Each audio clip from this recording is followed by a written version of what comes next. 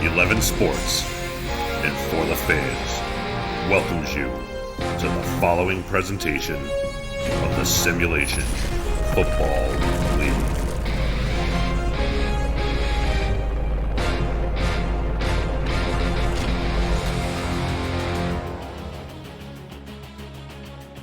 We're live from sunny South Florida as we approach the halfway point of SFL Season 15.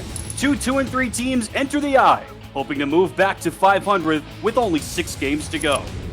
And good evening, everyone, and welcome to the Eye in Fort Lauderdale. Alongside producer Cameron Irvine, our statisticians Mark Lopez, J.L. Browning, and Robert Johnson, and my partner Mike Prota. I'm Tim Hackett. You're watching the Simulation Football League live on 11 Sports and For the Fans. Happy to have you with us. 2 different looking teams on tap tonight, Mikey. One team that likes to pass, one team that likes to run, one team that's got some championship pedigree, and one that's just getting its SFL journey started, but it should be a tight one as we wrap up Week 6. Yeah, buddy, it's a magical Monday night, and the SFL has finally come back to Fort Lauderdale. Every team settling in. It's the halfway point of the season, and these 2 ball clubs, both with records of 2 and 3, are fighting to get back to 500. Last week, the visiting Fort Worth Toros suffocated the Sioux Falls run game. They shocked the SFL, blowing out the Sparrows 51-17. And the Florida Storm, in their high-scoring affair, put up 44 points on the road to beat Lone Star for their second win of the year. But for our game today, inside the Eye, we've got ourselves a bullfight. For Fort Worth, when Jason Williams touches the rock 25 times or more, he's been unstoppable. Can they keep the thrill alive? And on defense, it's the rookies who've dominated. They rank number 1 overall in the SFL. Can the Toros D continue to stop the pass? And on the other side, for Florida, the defense only has 2 sacks through 5 weeks. That ranks last in the league. Can they put pressure on King Midas, Xander Gold? And on offense, Riverboat Ron Cochran's been picked off 15 times. That's the most in the league. They have to protect the ball. Will the Hurricanes torture the Toros? Will the Toros trample the Storm? Will Tim Hackett yell, "Ole!" SFL Nation, I'm ready to go. Let the show begin. One, but hey, you never know in the SFL. Florida will kick off. Fort Worth ready to receive on the road, and we are underway. Monday Night Football of the SFL Variety live from South Florida. On the return, Cameron Curtis, the rookie for Fort Worth, gets out across the 25, and Fort Worth will set up shop from their own 26. You mentioned it, Mike. Fort Worth shocking the SFL world last week. Sioux Falls, a team that you and I saw a couple of weeks ago, the reigning runners-up, one of the best defenses in the league, one of the best rushing attacks in the league. Fort Worth comes out and dominates Sioux Falls after a little bit of a slow first quarter. They'd have put up better than 50 and blow out the Sparrows to pick up their second win of the season, trying to make it 2 wins in a row on the road here today. And their first carry is a handoff to Jason Williams, and he is blown up for a loss by Alfredo Mason at a loss of 1 on first down. Yeah, really tremendous story, Tim, last week. Fort Worth Toros blew out Sioux Falls 51-17. Their defense was incredible. They held Colin Hart to 16 carries, 42 yards, an average of 2.6. That was one of the best performances I've seen to hold that runner down. Jason Williams does not get tackled for a loss very often. It's now Xander Gold will try to run up in the pocket, and he goes down for a 4-yard loss. This Florida front, Mike, only 2 sacks all season, and add another one for Alessandro Tomaello. That's the key to this game for the Storm. If they want to win, they've got to get more sacks, and Tomaello comes up with 1. Unbelievable. Only 2 sacks through 5 games, by far the last in the league, and they get to Xander Gold on the second play of the game. Now 3rd down and 15. Gold has time. Rockets it down the left side. That's caught by Robert Garrett Jr. out across midfield and out across the Florida 40-yard line to the 39, and this has been the recipe for success all season for the Toros. 3rd down, Gold finding Garrett Jr.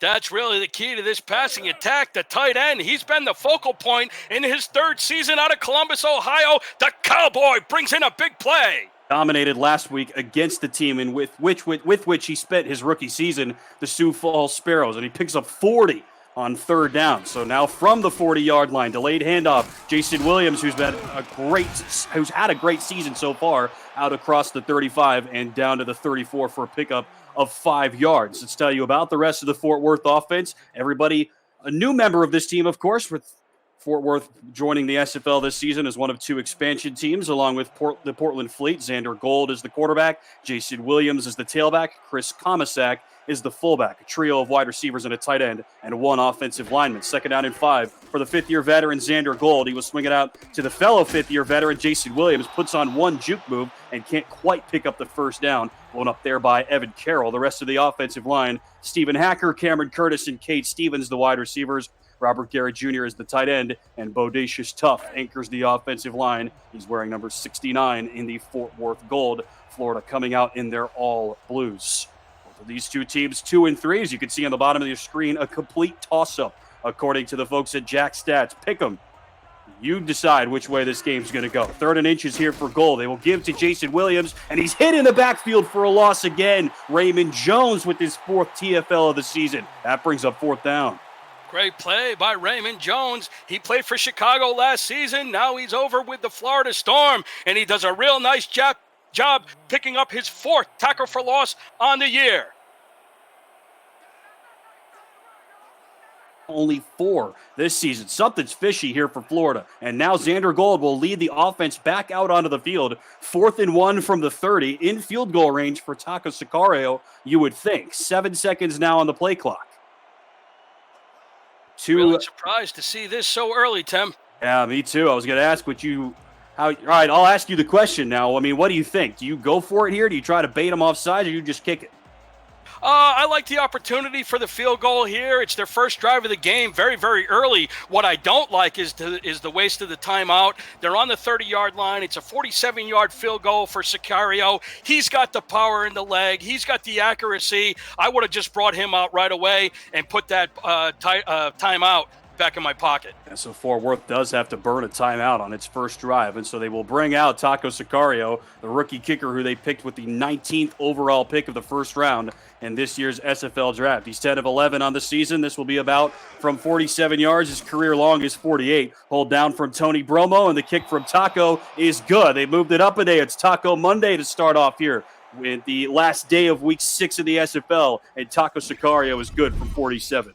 Successful drive by the Fort Worth Toros here on the road. They got the ball all the way up to the 30. They stalled, but they come away with 3. Nice start for Nacho Sicario and Stephen Hacker, the 2 owners of the Toros. 7 plays, 43 yards, capped off by that 47-yard field goal by Taco Sicario, who is now 11 of 12 on the season. You mentioned, Mike, Stephen Hacker and Nacho Sicario coming over from Queen City this offseason. And then fittingly enough, Fort Worth played Queen City in week 2. And those two guys got a revenge win over A.J. Caswell and company. First win in Fort Worth history against Queen City. Can't script that any better. Now here's a return for Jeff Como back to the Florida Storm after a season away. And so Fort Worth loses that first game of the season against their rivals in Houston, and then they win against Queen City in that revenge game, lose their next 2 games, come out and dominate Sioux Falls last week. They're 2 and 3. Florida, meanwhile, loses its first 3 games of the season. They can't get their offense going, and then all of a sudden, out of nowhere, Ron Cochran and company light up the sky the last 2 weeks. They've won 2 straight, and they're also 2 and 3. So Ron Cochran will start his first offensive possession from under center with 3 wide receivers to the right. And the southpaw Cochran swings it out to the left side. J.W. Doyle is buried after a gain of 1. Nice tackle there by J.L. Browning. Great read by Browning. Came up quick. I actually thought that might have been Aiden Davis, the cornerback out of Houston, Texas. He read that perfectly, and he nailed Doyle right for a 1-yard gain.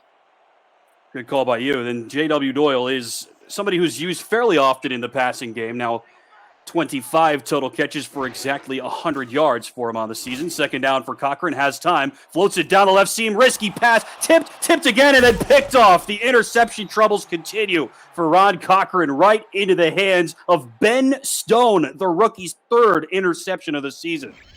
Ben romancing the Stone in the right place at the right time. Cochran threw it in about 3 or 4 Toros, took a big chance. The ball got tipped up, and Stone came away with it. That's his 2nd pick in 2 consecutive games. Ben Stone absolutely dominated last week. We mentioned Fort Worth shocking the nation, beating Sioux Falls kind of out of nowhere, and Ben Stone was a huge reason why. Tackle for loss, pass deflection, and a pick 6 in that game last week, and he's got another pick here, his third on the season. And so now Xander Gold from across midfield will swing it out to Jason Williams, one of the best pass-catching backs in the league. He spins around a tackle and picks up 6. Yeah, Jason Williams out of the backfield. What an incredible start he's had to the first half of the season. He can kill you on the ground. He can kill you on the air. And right there, he catches a nice little flip out from Xander Gold out of the backfield, makes a spin move, and he gets it up to the Florida 35. It's a guy that excels in everything. Top 10 in carries, rushing yards, receptions, receiving yards, and top 5 in touchdowns on the season is Jason Williams. 2nd and 4 for Gold. Now he'll rifle it. Risky pass tipped and dropped. That could have been picked by Florida's number 21, Ryan Tobin. Instead, it falls harmlessly to the turf.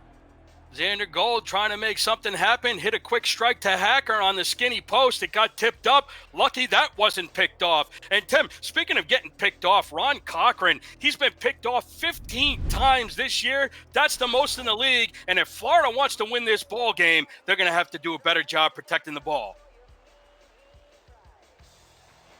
In every game so far this season. You want to look at a recipe for why Florida has struggled at times this season. There you go. Ryan Tobin has 4 interceptions in his own right.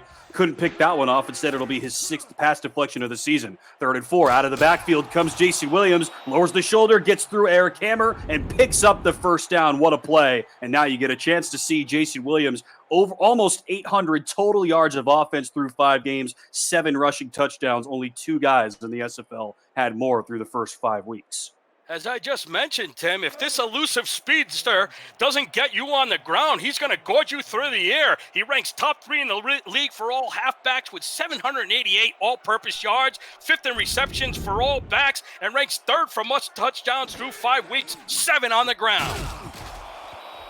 Gold will throw it now on first down with a quick hitter, a pickup of 8 through the air for Stephen Hacker. He was ice cold to start the season, Mike. A big budget free agent signing for this infant Fort Worth team, but he is heating up over the last couple weeks.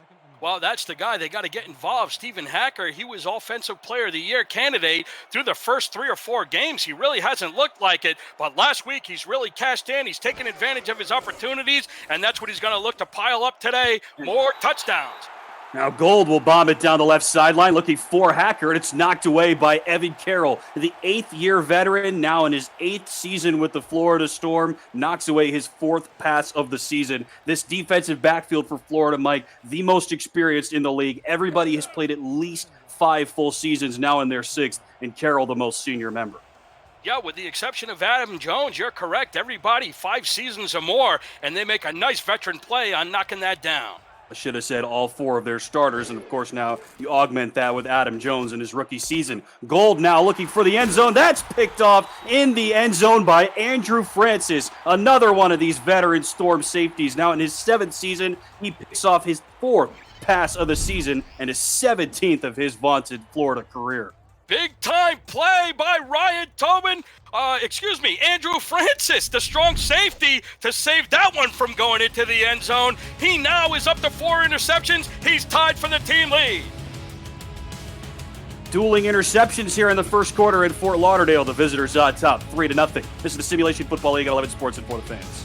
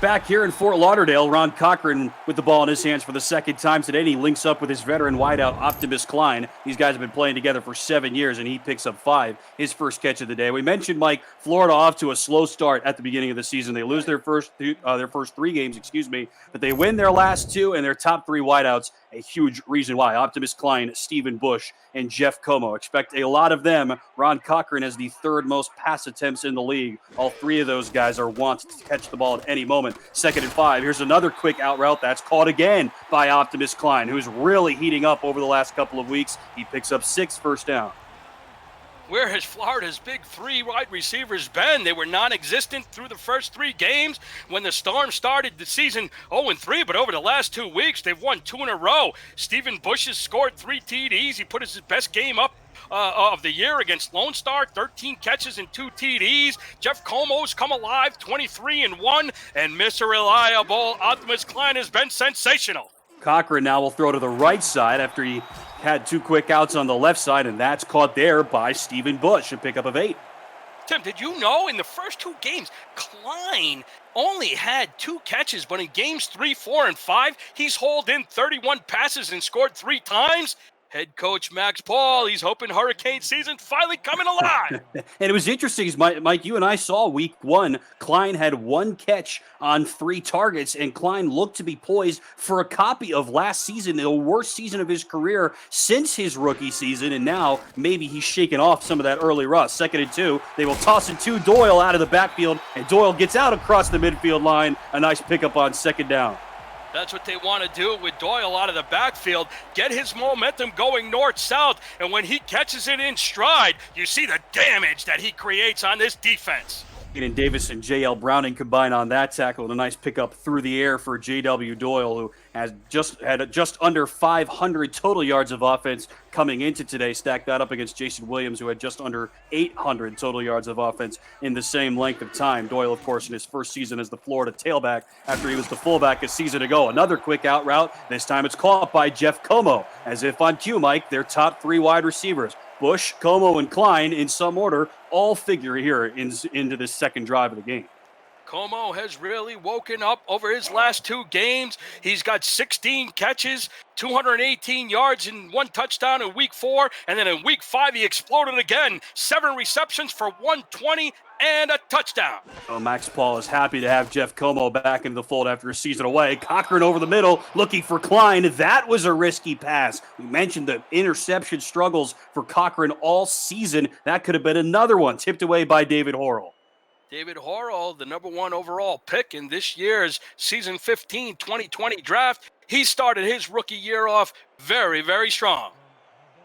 They're saying in the chat, we're doing Optimus Klein dirty. I don't think so, Mike. First 2 weeks, 2 catches for 28 yards. Since then, he's been dominant.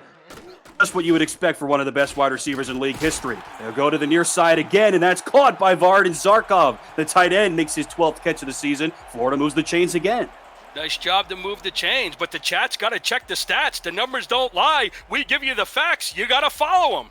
Optimus Klein, as I mentioned, worst season of his career since his rookie season last year, 825 yards and only 1 receiving touchdown. That came after 5 straight 1,000-yard seasons, and now he's finally back on pace a little bit. That's still only 328 yards coming into today, almost halfway through the season. He's got to pick it up if he wants to go over the 1,000 mark once again. Cochran, another quick hitter. That's caught again by Optimus Klein, his 3rd catch of this drive. Optimus Klein, he had a little chit-chat with Max Paul. He talked to Ron Cochran. He said, listen, I've been here a long time. Throw me the rock, baby. I'll get it done.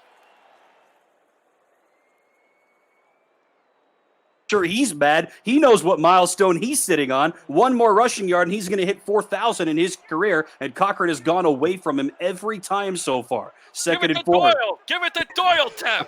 Maybe now's the time. No, it's not. Cochran will look the other way, and it's caught there by Klein. Check that. That's E.J. Minson, number 4 wide. Oh, that first time's the charm. It is Optimus Klein, 88, not 83. He makes his 4th catch of this drive. Yeah, great job by Optimus Klein. He looks like he's been able to beat that linebacker to both sides of the field, and Ron Cochran's been finding him. His last 3 weeks, 10 or more catches in every game. He's averaged exactly 100 receiving yards, and he scored 3 total touchdowns. Slow start, torrential last 3 weeks for the top wide receiver for the Storm. Another fresh set of downs from the 23. Cochran slowly but surely leading him down there, and he finds Jeff Como for another gain of 5. Really like how Ron Cochran's responded now that he's gotten over that interception on the last series, and he's done a really nice job finding his wideouts. That's what they need to do to find success moving the ball. Looking at our stats, Cochran has attempted 10 passes on this drive, and he's completed 9 of them, doing some quick math. 2nd and 5 now from just inside the red zone. First trip there today for the Storm. Cochran under center again. Now he'll swing it out to J.W. Doyle. Takes a step around, and Doyle lowers the shoulder. Picks up a couple. Wrenched down out of bounds by E.K. Vincent. That'll make it 3rd and 1. Fine play by Florida. They keep moving forward. Doyle made a nice spin on the catch, and he gets it to the 15. It brings up 3rd and 1. Let's see if they give him the carry. We've heard from the brunt of the Florida offense. Their number 4 wide receiver is E.J. Minson. Vardan Zarkov is the tight end, and the offensive line is anchored by left tackle Claude Luge and center Deontay Stoneville. 3rd down and 1. As you mentioned at the top of the show, Mike, Florida has been fantastic at 3rd down conversions all season. And there's a man wide open. Tack on another 3rd down conversion for the Storm. Optimus Klein hauls in his 5th catch of this drive, and Florida's got 1st and goal. Optimus Klein, he knows we've been talking about him since the beginning of the kickoff. He sits in the pocket, finds the hole in the zone, and Cochran hits him right on the money. Still only 1 incompletion on this drive for Ron Cochran, the 7th-year man from Yonkers, New York. Under center again with 2 men in the backfield. He'll swing it out to the far side. Jeff Como tries to lower the shoulder, and he's blown up inside the 2. Nice one-on-one tackle out there by Nacho Sicario. 2nd and goal. Nacho Sicario, the native out of Fort Worth. He's got 3 interceptions on the year, 25 total tackles, and he does a fine job keeping the Florida wide receiver from getting it to the end zone. All 4 members of the starting Fort Worth secondary are Texas natives now playing for this team. New to the state of Texas, the 3rd now in the SFL here in season 15. 2nd and goal from the 2. Cochran will spread 3 men out wide. Doyle is the tailback. Cochran hit as he throws, firing it out to Doyle. It's caught! Touchdown! J.W. Doyle with his 1st receiving touchdown of the season. Florida marches all the way down, and Cochran links up with his tailback for the 1st score of the game. Florida looked fantastic on that drive. They threw the ball every time, and just as Cochran gets nailed in the backfield, flips it out to Doyle, and he gets in for pay dirt. 12 pass attempts, 11 completions on that drive for Ron Cochran. The last one going to J.W. Doyle, his 4th total touchdown of the season. 14 plays, 82 yards, and a 2-yard pass touchdown, so my math is wrong. Early, Mike. 14 pass attempts for Ron Cochran, 13 completions. The last one, the touchdown pass to J.W. Doyle. Ethan Snead on for the extra point, and the lefty knocks it through. Florida marches all the way down the field after the interception in the end zone by Andrew Francis, and they take it in to the house for 7. Great job by Florida. Riverboat Ron looked remarkable, and he drives his team down to give them the 4-point lead. You look at Ron Cochran's baseline numbers, and they all look really good. He's 3rd in the SFL in pass attempts prior to this week, 4th in total yards, 7th in touchdowns, but you kind of go to the auxiliary numbers, and it's not really so pretty for Ron Cochran. Here comes Cam Curtis, who's been okay on returns so far this season. Last in the league in interceptions, as you mentioned, now 16. No one threw more through the first 5 games. 16th in yards per attempt, 17th in quarterback rating, 15th in completion percentage at just under 71%. But Xander Gold on the other side, they do not throw it very much. His baseline numbers don't look that good. 17th in attempts, 3rd last in touchdowns, but his auxiliary numbers are good. It's kind of interesting how that stacks up. And of course, everything about Jason Williams' numbers look good, but Gold will go to the air this time, looking for Cade Stevens, who's had a very quiet season, and he can't haul it in. 2nd down.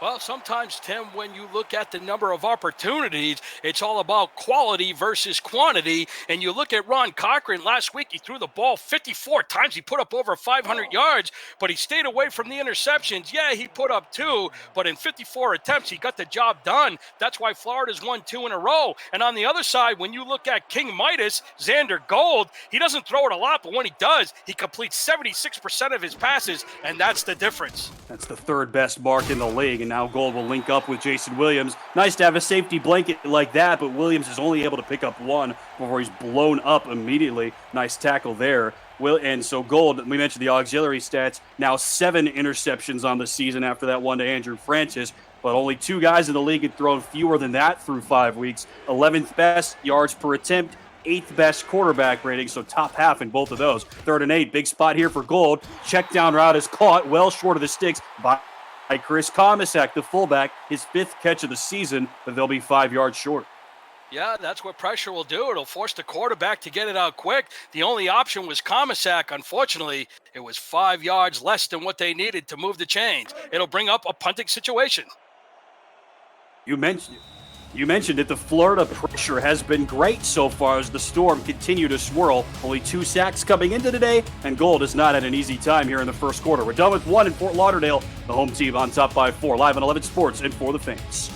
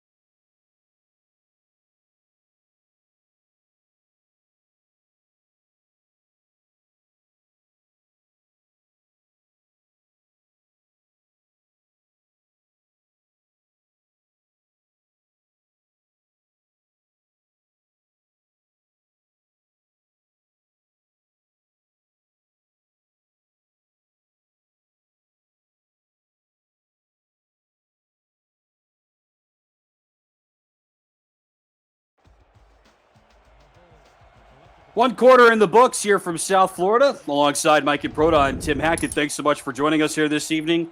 One more game still to come here in Week 6 of Season 15 of the Simulation Football League. First game of our Monday Night Football doubleheader. Happy to have you with us wherever you're joining us from. Punt coming away from Ray Einhorn, and Jeff Como gets set up to return. He's blown up immediately. Nice coverage by Fort Worth. Here's the sack totals that we were talking about, Mike. Fort Worth coming into today, 11 sacks, which was top half of the league prior to the start of this week. Florida had just 2. Half of the teams had double-digit sack totals. Florida had just 2. Not 2 per game, 2 total among all of their stars. And that needs to change for the Storm to do better this season.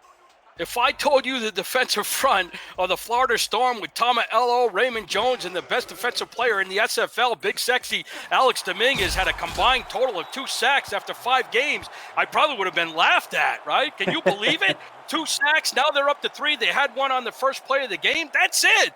But on the other side, really, it's been the story of the rookies, the defensive front for Fort Worth. Tim, Gary Marks has 2 sacks. Joey Schwint, 3 sacks. Catherine Horrell, 6 sacks. They're getting it done. 11 total sacks for those 3 baby bulls. They've been catching on fast. The 3 Toros, they've been terrific. Oral has the rookie lead with 6 total sacks through 5 weeks. Pick up a 4 for Como. Cochran will now float it up. Jump ball down the left sideline. That's tipped away incomplete. Another dangerous pass tipped away by Jonathan Taylor-Sconson. Yeah, I can't say his name, so I'm just going to go with JTS, Tim.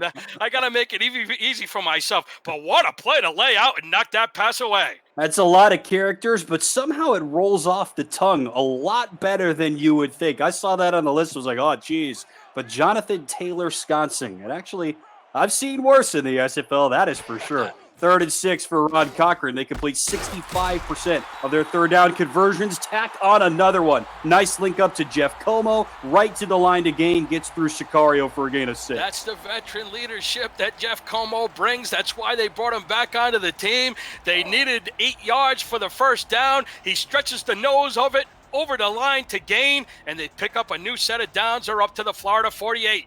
Mentioned Cochran, 3rd in the league in pass attempts. All 4 of Florida's top wide receivers have 25 or more receptions on the season. Robert Garrett is the only Toro that can say that. Here goes J.W. Doyle up the middle for a gain of 7, 4,006 career rushing yards now for the 5th-year man from Gainesville. Congratulations to J.W. Doyle, the Gainesville Grinder. In his 5th season, he gets over 4,000 yards. Good for you, J.W. It's top 25 all time, despite being in only his 5th season and despite playing as a fullback last season. Pretty impressive. 2nd down and 3, and another 1st down here for Florida as Cochran links up with Stephen Bush on a skinny cross. Stephen Bush, he's out of Birmingham, Alabama. He's a veteran in his 6th season. He's up to 31 receptions and over 380 yards this year, Tim. All 3 of these top wideouts have been good, especially over the last couple of weeks, as we showed you on the last Florida drive. The Storm are cooking here in the first half, slowly but surely. And that was the first carry for J.W. Doyle of the game. Here goes another one, and he picks up 5. They continue to feed Doyle, and it works. Tackled again by J.L. Brown. J.W. Doyle, he's the type of guy that really doesn't bust him too often. He grinds it out, he wears the defensive line down, and he picks up another 5. Browning has been pretty solid this season. The rookie from New Jersey, 4.25 tackles per game. Only had 1 tackle in week 1, but he's been used a lot more lately for Nacho Sicario in the Fort Worth defense. 2nd and 5 for Cochran. Bullets over the middle. Another risky pass, tipped away and complete. And there is J.L. Browning, his first pass deflection of his SFL career. J.L. Browning, the dad of twin teenagers out of New Jersey. He's a United States Air Force veteran. He came in with no pass deflections, picks up his first, and he makes a nice play to knock that one away. So the Fort Worth defense looks like this. You mentioned the Baby Bulls up front, all rookies: Gary Marks, Catherine Horrell, Mufasa Kamau, and Joey Schwint. The linebackers, E.K. Vincent now in his 6th total season, and David Horrell, the first overall pick in this year's draft, along with J.L. Browning. The defensive backs, Aiden Davis and Nacho Sicario, are the corners. Delaney Nash, Ben Stone, and Jonathan Taylor-Sconsing are the safeties. 3rd down and 5 for Florida from outside of field goal range, you would think, from the 35. Cochran looking this way, tipped away. More good defense by Florida, or by Fort Worth, and that's Ben Stone once again with his 2nd pass deflection of the season. Ben Stone, what a draft pick. This guy's been out of Elgin, Illinois. The rookie's been all over the field. He's got an interception. He knocks that one away to bring up the punt.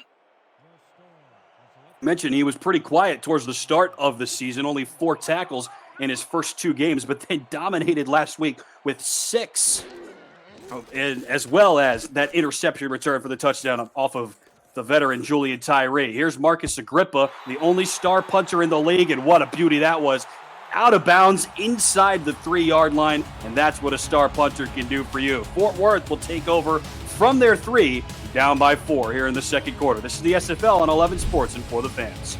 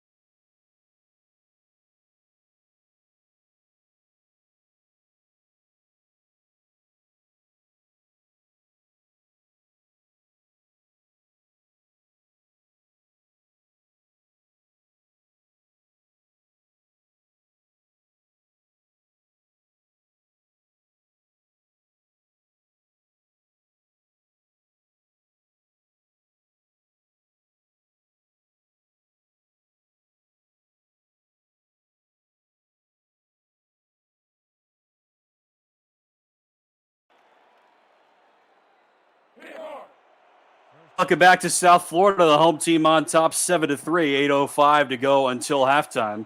Ron Cochran marches his team down the field. They can't convert on third down, and so Marcus Agrippa punches Xander Gold all the way back to the 3. They will give it to Jason Williams. Cracks outside, was nearly stopped in the backfield, and he somehow picks up one before he's stopped by Ryan Tobin. Jason Williams, he's the workhorse for this team. They've got to get him going, Tim, deep in their territory. They start from the 3, and Jason Williams has some work to do on this drive. Tell you about the Florida defense. We mentioned their veteran defensive backs. Everywhere else, they're pretty young, except, of course, for Alex Dominguez. We know, Mike Caprota, how much you like Alex Dominguez, rightfully so, and they'll run away from Big Sexy this time as Williams picks up another gain of 1, stopped there by Roland Parrott. So the rest of the defensive line, Alex Dominguez, the 8th-year man, Alessandro Tomaello, the Venetian, the 2nd-year man, and Raymond Jones on the interior, Eric Hammer and Roland Parrott, a pair of rookie linebackers. In the defensive backfield, Evan Carroll, Ryan Davidson, and Adam Jones. The corners, Ryan Tobin and Andrew Francis, are the safeties. 3rd down and 8 from the 6 for Xander Gold. Deep drop, has a man to the near side. That's caught by Stephen Hacker, but he's 3 yards short of the sticks, and this has been a problem all season for Fort Worth, Mike. They can't quite pick it up consistently. Just short 3 yards of picking up the first down. They're going to have to punt, but at least they move the ball up a little bit to give that punter some room, to give him some time to kick it away.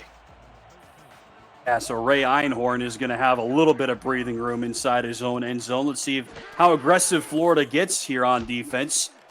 Answer is not very, and Ray Einhorn will send away a clean punt. Great field position coming up here for Florida. Como gets decked as he crosses the 40, and he's stopped at the 38-yard line. So all 3 of these wide receivers, Mike, as we mentioned, they've been heating up over the last couple of weeks, but after a bit of a slow start, as we saw in week 1 against Queen City, Florida could not get its offense going until late. Cochran threw a couple of picks. A.J. Caswell threw a couple of picks on the other side, but Florida finally started finding its stride late in the game. Jeff Como scored a game-tying touchdown, but the defense couldn't hold off Chris Curtis. Queen City was able to win the game, but the last 2 weeks, different story for the Florida Storm as Cochran launches it down the left seam again, tipped again, and it falls to the ground incomplete. Another dangerous throw from Cochran, tipped by Davis, tipped by Browning, and it hits the ground. Nice job by the Toro defense. Aiden Davis right there when the pass came through. And Riverboat Ron Cochran, I don't think he's ever disliked a pass that he's thrown. Trying to thread the needle, trying to make something happen. They're on the attack. Lucky that one didn't get picked off. Averaging just over 4 yards per attempt through a quarter and a half is Ron Cochran. That's insane. Here's his 24th pass attempt of the game. It's caught by Doyle on the line of scrimmage, or maybe just behind. More good rallying defense by Fort Worth. That's E.K. Vincent on the tackle. E.K. Vincent, he's out of Jacksonville, Florida. Tim, he wears number 55, and his favorite player, he went to school down in Florida State. Derek Brooks, the linebacker, went to Florida State. He was number 22, flipped his number around, and as a tribute to his favorite player, Derek Brooks, he wears 55. Makes sense to me, and Vincent is himself a very good linebacker, top 10 in the league this season in total tackles, and now Cochran will swing it out to Doyle again, and Doyle is blown up for a loss. Ben Stone, Mike, has dominated the last 2 weeks. He gets another TFL, and that brings up 4th down. Ben Stone, this guy's looking more like a rock on defense. What a job he has done so far through this first 2 quarters to begin the game. He's been everywhere, and right now, he's been the best player on both sides of the ball. Beat me to it, and here comes Marcus Agrippa with his toes approaching the 50-yard line. Just pinned Fort Worth inside the 3, and that won't quite happen this time. The only star punter in the league, Mike. There's questions about just how valuable they are. Agrippa just kind of by default is the best punter in this league. That was another good punt inside the 20, but Fort Worth will start from the 16 this time. Only a net of about 25. What an excellent job Marcus Agrippa has done to come in out of Philadelphia, PA, and do a fine job punting for Florida. He was an all-star last year, Tim, and if I remember correctly, he had 21 punts inside the 20-yard line last year. In the league, but no disservice to him. He earns that title because he is tremendous at what he does. Nice pickup through the air for Stephen Hacker, who is the only wide receiver with a catch so far today for Fort Worth. Garrett has 1. Jason Williams has 4. Chris Komisak has 1. Hacker now with 3 catches for 22 yards. Gold 9 of his first 13. Under center here. 2nd and inches from the 25. Quick hitter to the near side. Hacker is out of bounds once again. Thought Gold had a better choice there over the middle, Mike, but he tries to go to his big budget wide receiver, and it's out of bounds. Yeah, you look at Stephen Hacker, in the first 3 weeks of the season, he was off to a slow start. He only found the end zone once over that span, but in weeks 4 and 5, the clever wideout's finding himself inside familiar territory. 3 touchdowns in his last 2 games. In week 4, 3 catches for 87 yards in a TD. Then last week against the Sparrows, 3 receptions, 62 yards and 2 touchdowns. If the Toros want their offense to start clicking on all cylinders, Stephen Hacker has to stay consistent. You might be heating up finally, Mike, and here is a deep shot from Gold to Hacker to kind of put the nail in the coffin at the start of the 4th quarter last week against Sioux Falls. You mentioned it. He scores a touchdown in his debut in week 1 against Houston. That kind of gets everybody riled up, saying, look, this guy who could have won Offensive Player of the Year last year, he's arrived with his new team. But then he goes quiet. Only 9 catches for a total of 100 yards over his next 2 games. Over his last 2 games, 150 receiving yards and 3 touchdowns. So maybe the Hacker is finally started to get cooking. 3rd and inches for Gold. They will flip it out to the right sideline. That's caught, and Fort Worth is able to move the chains. Cade Stevens, just his 13th catch of the season. That's enough for a pickup of 5 and a first down. Cade Stevens, he's doing a fine job. Want to welcome his 2-month-old baby boy, Denver Stevens, to the SFL family. He took a couple of years off after a couple of years in Vancouver. Some highlight moments, some lowlight moments that he prefers we don't bring up. He was solid in his rookie season, but he's kind of off to a slow start here now with his new team surrounded by a couple of his best friends. First down for Fort Worth from the 30. Gold will flip it out to Jason Williams, and that is a rare sight. Williams runs straight out of bounds for a loss of 2. You saw the pressure come through the middle of the line. It looked like Big Sexy, Dominguez, and Tamaello forced Gold to get rid of that quickly. Williams was a little off balance, and he fell 2 yards for the loss. Unofficially 20 total yards of offense through a quarter and a half plus for Jason Williams so far here today. Again, one of the best all-purpose backs in the SFL with 800 total yards counting today. 2nd and 12 after the loss of 2. Gold to drop back, fires down the right seam. That's knocked away incomplete. Great on-ball defense by Ryan Davidson, 3rd down. What a great play by Ryan Davidson. Xander Gold tried to fire that one in there to his receiver, and great timing by the cornerback in his 6th season, and he nails him for the incompletion.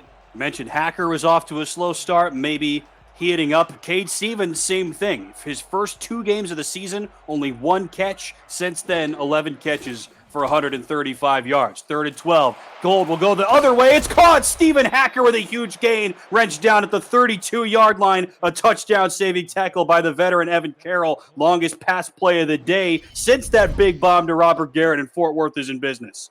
That's exactly what we just talked about. Stephen Hacker's starting to heat up. He's got to make the most of his opportunities. Coming into today, only 21 receptions so far through 5 games, but in his last 2, 6 catches. He's got to find a way to get Hacker the ball. It's unofficially also from 40 yards. So Gold has now thrown a 40-yard pass to Garrett and a 40-yard pass to Stephen Hacker. He's now got 125 passing yards. First down from the 32 over the right seam. That's caught for a pickup of 12. Nice work out of the backfield goes Jason Williams. Jason Williams, the double-edged sword, the dual threat. That's what he does best. Right now, all the linebackers are looking into the backfield. They're expecting Williams to get the handoff, but he sneaks around and catches a beautiful pass and picks up the first down. He's so consistently productive. He averages 31 touches, over 150 total yards, and a touchdown per game through 5 weeks as Gold checks it down. Quick hitter for a pickup of 2. Is that Robert Garrett? Might have been. He's slow to get up, and it is indeed Robert Garrett Jr., one of the most effective tight ends to this point of the season. Short game for him there. Yeah, Robert Garrett Jr., he's really started to come alive, the tight end from Columbus, Ohio. When we talk about star tight ends, you think about Dags, you think about James Matthew Jr., but it's Robert Garrett Jr. who leads the league at tight end with total receptions, 36 passes. Now he's up to 38. He's got 2 touchdowns to go along with that. Gold will check it down to Jason Williams, who lowers the shoulder and gets the first down somehow. Look at Jason Williams. This is what he does best. Gets out of the first hit. gets out of the second hit, and 2 more Storm are needed to bring him down after a pickup of 7. Look no further than Jason Williams. What an unbelievable luxury having coming out of the backfield. I keep saying it, Tim, truly a double-edged sword, the ultimate dual threat. Jason Williams, you might as well just call him Jason Williams. That's his nickname. Robert Garrett is top 20 in the league in both catches and receiving yards. Doesn't matter about tight ends or otherwise. He's one of the best pass catchers in the league. First and goal now from the 9. Goal to the end zone. That's caught. Stephen Hacker with his 4th touchdown of the last couple of weeks. 5th of the season. Fort Worth drives down the field and takes the lead. What an unbelievable grab! One-handed as Hacker reaches up above in the air, picks it out of the sky, and he comes down with his 3rd touchdown of the season. That's 3 in his last 3 games. He's absolutely heating up now officially, but I wondered if we would see this, Mike, from Mighty Max Paul. Did Stephen Hacker's right foot go down out of bounds before the left foot came in? Our first look today at R6-2. Mighty Max Paul, he shows you why he's such a great coach. He shows you why he's won 3 championships in such a competitive league. I thought Hacker had his foot down, but on a scoring play, what have you got to lose? It looked on first glance like his right foot might have come down, but on that look, it sure looked like his left foot was down early. But the call is going to be overturned. Wow! Wow! R6-2 strikes again. I can't believe it. Put another one in the loss column for me, Mike. I don't know that I have a single win so far this season. R6-2 is going to overturn the call. That's a stunning development, if you ask me. I can't believe they called that out of bounds. I'm not sure what he was looking at in the booth, but that certainly looked like a touchdown with 1 foot into me. Florida gets another breath. 2nd down and goal now from the 2. Gold over the middle, looking for Garrett. What a turn of events, and Florida takes it away in the end zone. Ryan Davidson picks off Xander Gold, his 4th interception of the season. What an unfortunate turn of events for the Fort Worth Toros and Xander Gold. Just when you think they take the 3-point lead with a Stephen Hacker touchdown, Ryan Davidson on the very next play picks it off. What did we say about Xander Gold? Interceptions have not been a problem for him this season, especially not in comparison to Ron Cochran, who you get a look at right there. Only 6 interceptions to this point in the season for Xander Gold, 3rd fewest in the league, and now he's thrown 2 interceptions on 23 pass attempts. Here goes J.W. Doyle, the newest member of the 4,000-yard rush club, and he picks up 11. Great job by the tackle Claude Luge up front to open up that hole. Doyle pounding, grinding, and he picks up 11. It's been kind of a slow season for Doyle, like we said, but he also has been good recently, Mike. Last week, 17 catches for 102 yards and a touchdown, a season high in rushing yards, despite the 2nd fewest rushing attempts to this point of the season. Picks up 11 there, and that brings us to the 2-minute warning. R6-2 reaches down and changes the script here in Fort Lauderdale. Florida still leads by 4. This is the SFL on 11 Sports and For the Fans.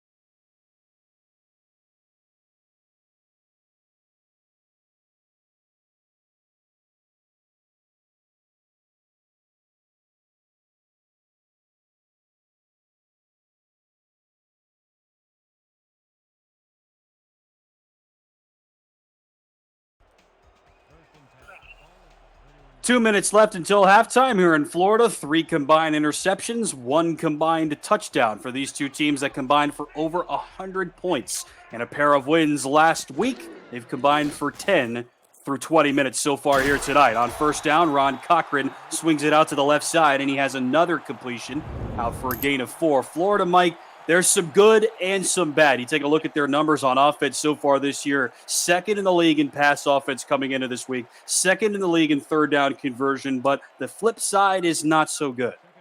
Truly gives the meaning to some sun and some rain. When you try to figure out what type of season this Florida team has had so far, again, we give you the facts. The numbers don't lie. When they're able to throw the ball, they find success. But when they try to run, they tend to struggle a bit. Third down has been kind to them. They rank second in the league. They get it done 65% of the time. But the darkness really comes when they turn the ball over. They're tied with Tulsa for coming into today's game with 15 turnovers. That's the most in the SFL. If Florida wants to avoid missing the playoffs 2 years in a row, they need to do a better job protecting the ball if they want that pot of gold at the end of the rainbow, Tim. How about that catch from his back by E.J. Minson? His first grab of the ball game as Florida trying to win its third straight game after losing its first 3 of the season. Doyle goes up the middle, wrenched down from behind after a gain of 1 by E.K. Vincent. We talked about Vincent a little bit. We talked about J.L. Browning, but of course David Horrell, the centerpiece of this linebacker trio. You get a look at him there, 56 in the Fort Worth Gold, the first overall pick in this last year's rookie drafts. Wondered if Fort Worth might go another way, get another linebacker, but they decide to get friend of the program, David Horrell, and he has been a great addition to this young defense. Another quick pickup through the air that time, caught by Optimus Klein. Tough moving the ball. That's why the Fort Worth Toros come in ranked number 1 in the league. And there's a sack. Down goes Cochran, hit from behind by Gary Marks, his 3rd sack of the season. And remember, Florida now has only 3 sacks as a team. Gary Marks has equaled that alone in his rookie year. What a remarkable job, as we highlighted earlier. The Baby Bulls, they've been getting it done, and Marks picks up sack number 3 on the year. Joey Schwint also has 3 sacks, and Catherine Horrell has 2 times that, the rookie leader in sacks with 6 coming into today. These Baby Bulls, as you call them, Mike, have been great so far this year. Marcus Agrippa, you know he's smart. He's going to take his time. Play clock at 3, game clock now at 9. They'll snap it. Here comes the block team, and Agrippa just barely gets it away. A booming punt. And somehow Cam Curtis is going to field it at his own 13, a net of about 44 for Marcus Agrippa, the best of the business, and Fort Worth has only 2 seconds to work with. Yeah, take the time off the clock, go into the locker room. You're only down by 4 points. You have another half to play. The score's been really low. Tim, our great commissioner pointed out to us last week. Can you believe it? Both teams combined for 95 points, and then today they come out and they've only got a combined 10 in the first half. Right, 95. I said over 100. I misread my own notes. 51 for Fort Worth, 44 for Florida, and 10 here today. They'll check it down to Jason Williams, and it's never just a safe gain of a couple if you give it to Thrilliams, and he picks up 7 to end the half. Williams coming on a little bit late, but this Fort Worth offense is sluggish. We're done with 1 half here in South Florida. The home team on top, 7-3. Yeah, really sluggish half. I don't think you could have said it any better, Tim. They've really struggled, both teams, to move the ball through the air. Total combined, 8 pass deflections, 5 for Fort Worth. Ben Stone's been the reason for that. And Florida's knocked away 3. Cochran, unfortunately, he's thrown the 2 interceptions that stalled the drive. 1 in the end zone. Fort Worth threw 1 in the end zone, and that's where you sit at, 7-3, and hoping for a better half to see more points. Less than 300 combined total yards of offense by these 2 teams, which is surprising. Fort Worth, as we mentioned at the outset, one of the most successful running teams in the league. Florida, one of the most successful passing teams in the league, at least just in terms of moving the ball and punching it in. But 1 combined touchdown, 3 combined interceptions. Here's one from Ben Stone, another pick for him in the last couple of weeks. Each team throws a pick in the end zone. Here's a look at a deep bomb from Xander Goal that was picked off by Francis. Cochran then goes down the field and throws 1 as well. It's just been a back and forth affair, Mike. Some sloppiness, and the big play, the overturned touchdown. You get a look at the 1 touchdown that did stand. Cochran to J.W. Doyle from 2 yards out. And then in the second quarter, the overturned touchdown call as Gold thought he found Stephen Hacker, but R62 thought otherwise.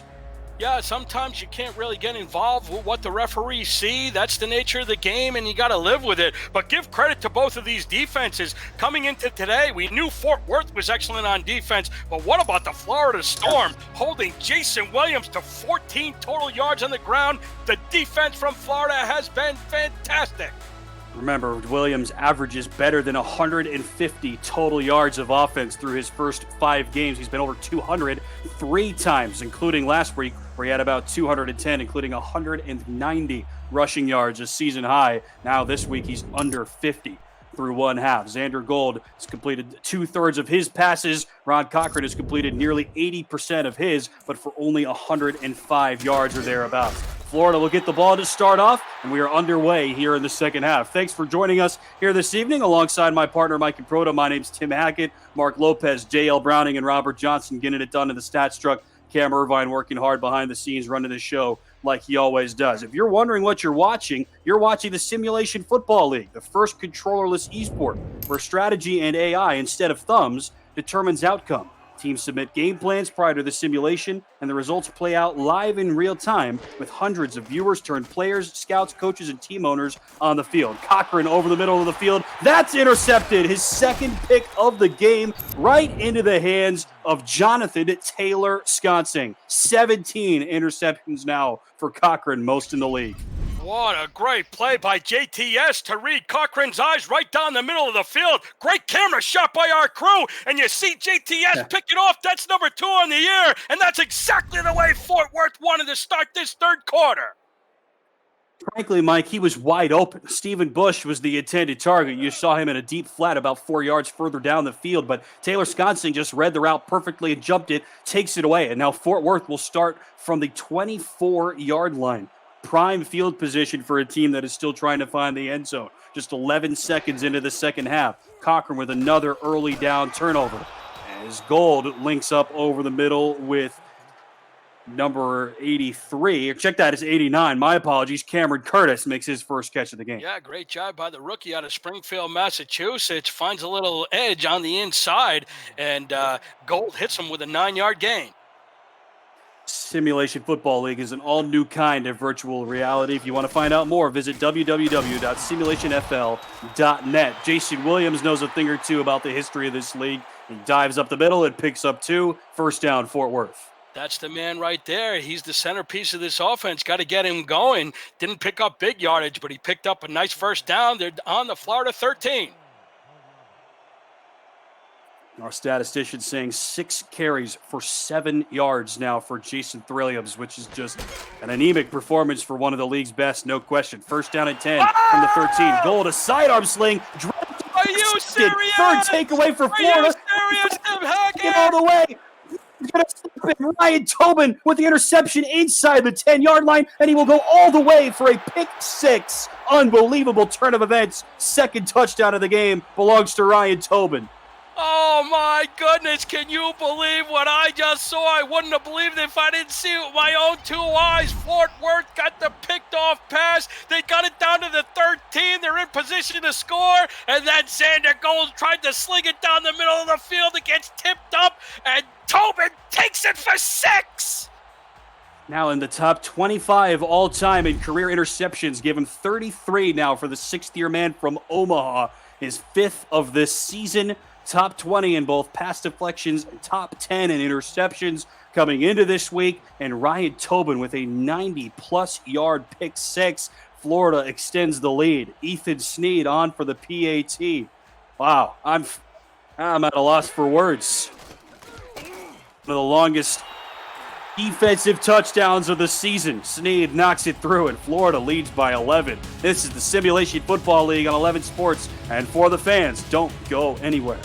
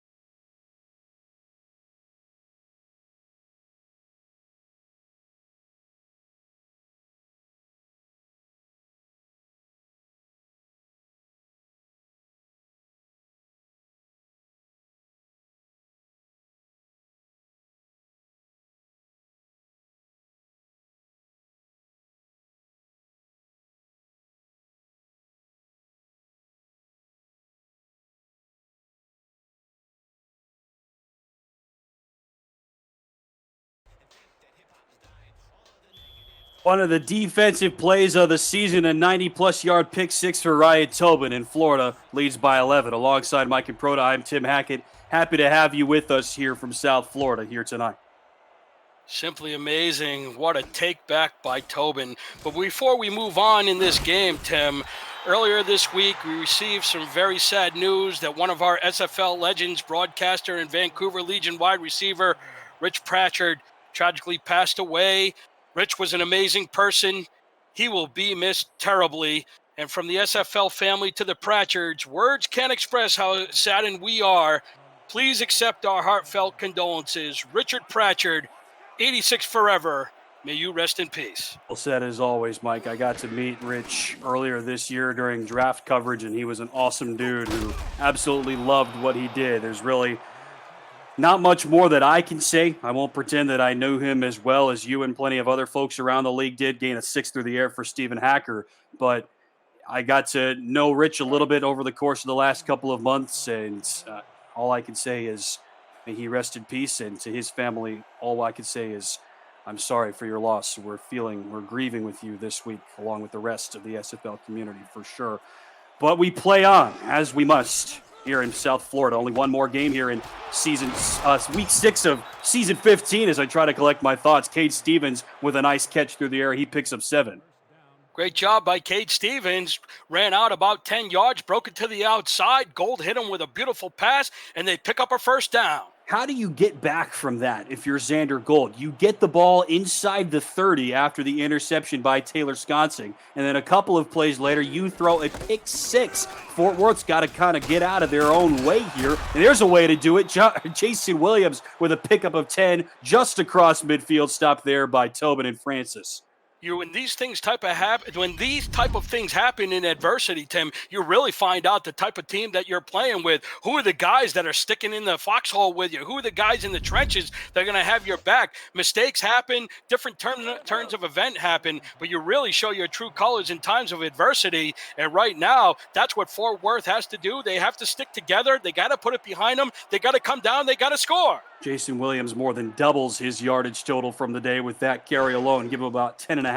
He's up to 18 now on the day as Gold floats it over the middle. That's intercepted. Ryan Davidson with his second pick of the game. 4 now for Xander Gold, who is slowly turning into rust. In the first half, it was Ben Stone, and now here in the third quarter, Ryan Davidson has been devastating to this Fort Worth offense, and he comes up with another interception. This is unbelievable, Mike. Now 6 combined interceptions across these two quarterbacks. Davidson has 2. Tobin and Francis each have 1. And Florida, we know that they are a pick-happy defense. Top 5 in the league in takeaways coming into this week. 3 of their top 4 defensive backs had at least 3 interceptions, and they all have at least 1 here today. Now Cochran will bomb it deep down the right seam. What a catch. Through a horse collar tackle out to the 35-yard line goes Stephen Bush. Stephen Bush, what an amazing catch. Went up about 17 yards, cut it to the middle of the field. I thought Cochran may have thrown a little bit too hard and put too much mustard on that one, but Bush was able to grab it and bring it in. What a play. Here's a peek behind the curtains. Our top statistician, Mark Lopez, who knows a thing or two about interception in this league, was joking to us. He wondered how many interceptions would we see in this game. We were wondering because Cochran throws a lot. Gold doesn't throw that many. He set the over-under at 5. We now have 6. We haven't even played half of the third quarter. What could Cochran do to try to right the ship? Steps up in the pocket and checks down to J.W. Doyle, and he's out before he can cross the first down line. Or the line of scrimmage, excuse me. That might be a trivia question on crowd play. Let Mark Lopez know. Maybe you can cash in on that, Tim.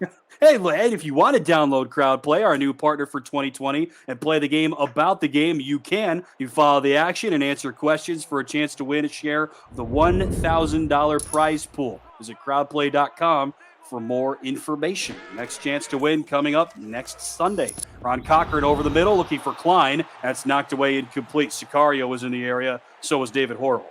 Yeah, great job by Horrell. Job by Sicario. Ron Cochran's been really ripping up this defense through the air, and they finally could catch a breather after that one gets knocked down. Yeah, it could have been another pick, right? We've got 6 total. That could have been number 7. And I mean, what more could we say? It's just kind of an uncharacteristic performance for Xander Gold, who's only thrown 6 picks all season. Only 2 guys in the league had thrown fewer than that through 5 games. Cochran tied for the league lead. Total turnovers, we got 2 more.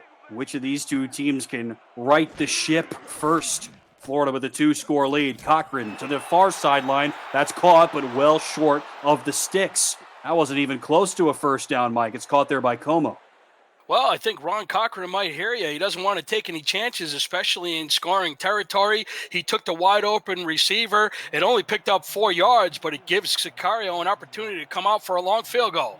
Oh, I'm sorry. I apologize, Tim. Ethan Snead for Florida. Ethan Snead. This will be about 50 yards for Ethan Snead. His longest was from 50 yards in Week 3 against Vancouver. Hold down from Mike Hatt, and the kick from the lefty Ethan Snead sails through officially from 49. 17 unanswered points now for Florida, and they lead by 14.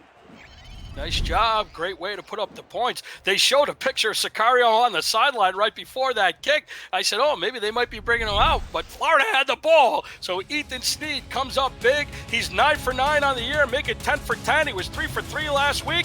That's 100% in my book. His strong sophomore season continues. This is the SFL. We'll be right back.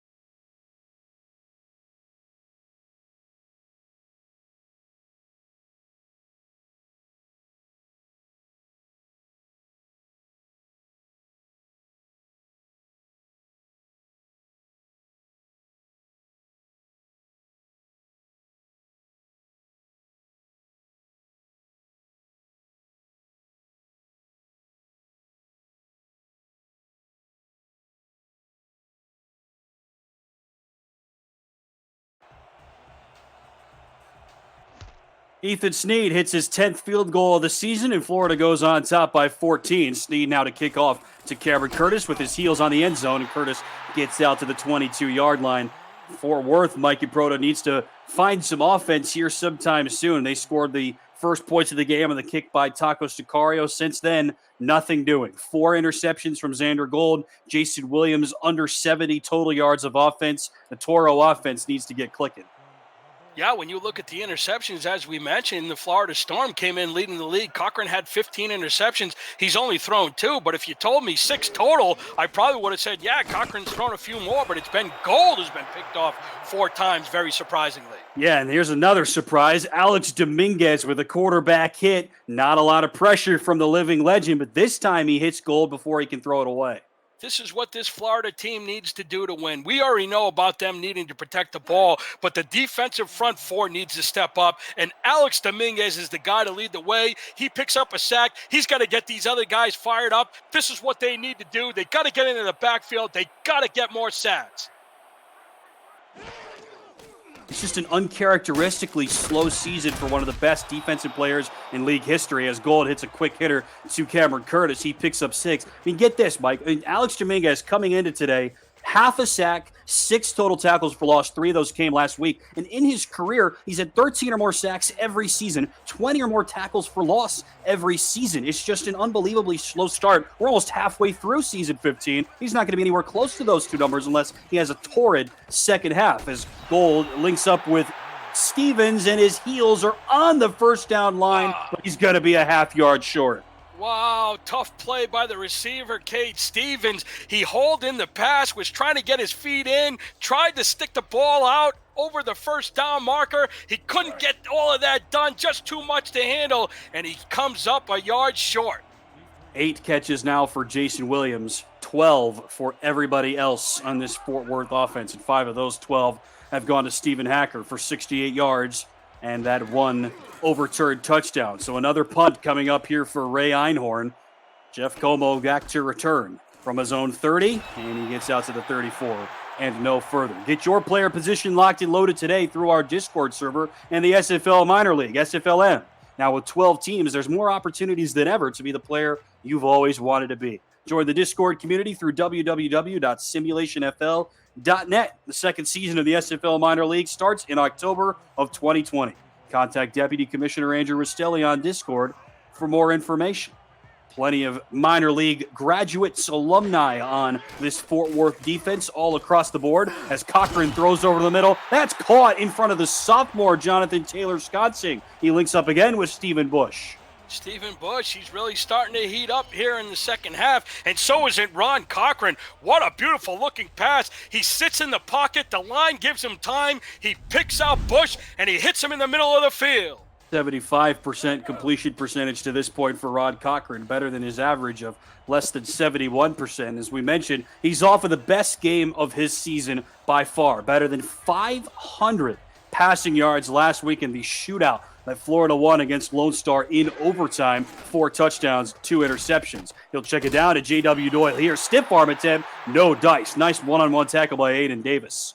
Yeah, fine job by the offensive line, Tim. Coming into today's game, Cochran was sacked 19 times. That's third most in the league. They've only given up 1 sack so far. They've done a nice job for him to find his receivers. They've given him time, and right now he's starting to feel it. They've given up at least 1 sack in every game so far, and 4 or more 3 times. As Cochran goes to the near side, caught again by Optimus Klein. This route has worked almost every time. Pickup of about 4. Optimus Klein, there he is again. He had a big-time first half. He picks up another catch, and now they're 3rd and inches. Where do you think they go here, Mike? So many different options for this Florida offense, one of just a couple of teams with 4-star wide receivers. We've seen all 3 of their top guys get involved, even Vardan Zarkov, the tight end, with a catch. So many options here for Cochran on 3rd and inches. Watch out for the play action. I'll give it to Doyle. They give it to Doyle. That has not happened very often, and he rumbles up the middle all the way to the 30-yard line. First down, tackled by Vincent. J.W. Doyle, he hasn't had a lot of opportunities, but when they've given him the rock, he's made the most of it. He picks up a nice-looking first down. Now 6 total tackles unofficially for E.K. Vincent.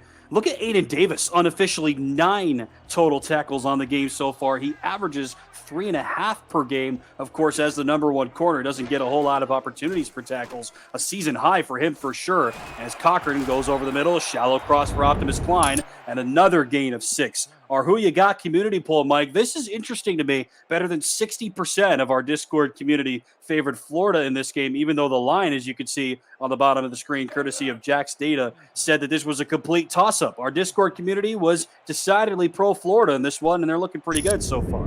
Both records are the same. Both teams have had the same amount of success. But Florida's the hottest team. They started off 0-3. Now they've won 2 in a row. They're here at home, so that's understandable to me. Oh, running room for J.W. Doyle. Runs right into Gary Marks and Joey Schwint. The 2 rookie defensive ends stop Doyle for a gain of 1. Yeah, Joey Schwint and Gary Marks, they've done a really nice job. Schwint was picked in the 3rd round in the draft. Gary Marks picked in the 3rd round. They've done a fantastic job. That's why this defense is number 1 overall, and they're going to have to come up big if they want to win this game. Not going to happen here, though, as Cochran links up with Vardan Zarkov. His 2nd catch of the game, a former standout wide receiver in the minor leagues, has turned it into a pretty nice career so far as a tight end. Florida moves the chains.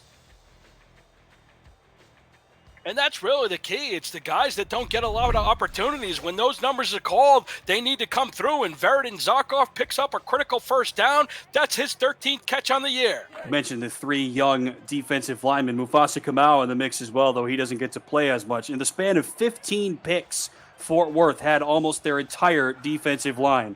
Marks, Schwint, and Horrell in that order in the 3rd round in this year's draft. 1st and 10 now from the 15. Florida trying to put a stranglehold on this one. Doyle is blown up once again. Another great one-on-one tackle by Aiden Davis, his 10th stop of the game. When you throw the ball a lot, the secondary is going to have to come up big, and so far, Aiden Davis has been up to the challenge, and he lays a lick on Doyle. That was a huge hit. His one-on-one work down the right sideline of the defense has been tremendous.